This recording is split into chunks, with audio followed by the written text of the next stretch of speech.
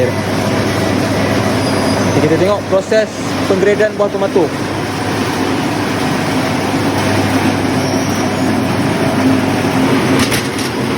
Masuk.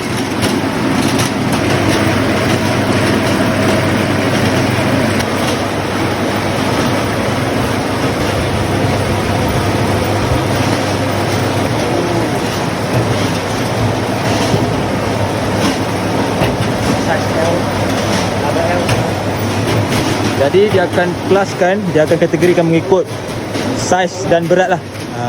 Jadi setiap penimbang ni dia ada kategori grade-grade yang tersendiri. Daripada grade yang paling besar sampailah grade paling kecil. Okay. Saya berada di kebun petani kawan saya, Azwan Hakimi. Jadi macam inilah kita boleh kongsikan proses penggradean buah tomato daripada direct kilang. Okey.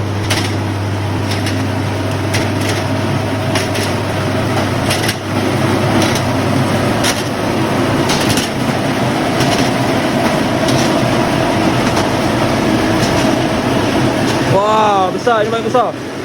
Ini banyak besar, geng. Ini yang paling besar sekarang ni, setakat ni. Ini memang di luar kategori lah, orang cakap di keluar. Memang tak ada saiz yang besar macam ni. Itu pun, tak muat, geng, nampak? Tak muat. Tak muat lubang ni. Tak muat. Jadi ni gorgon. What?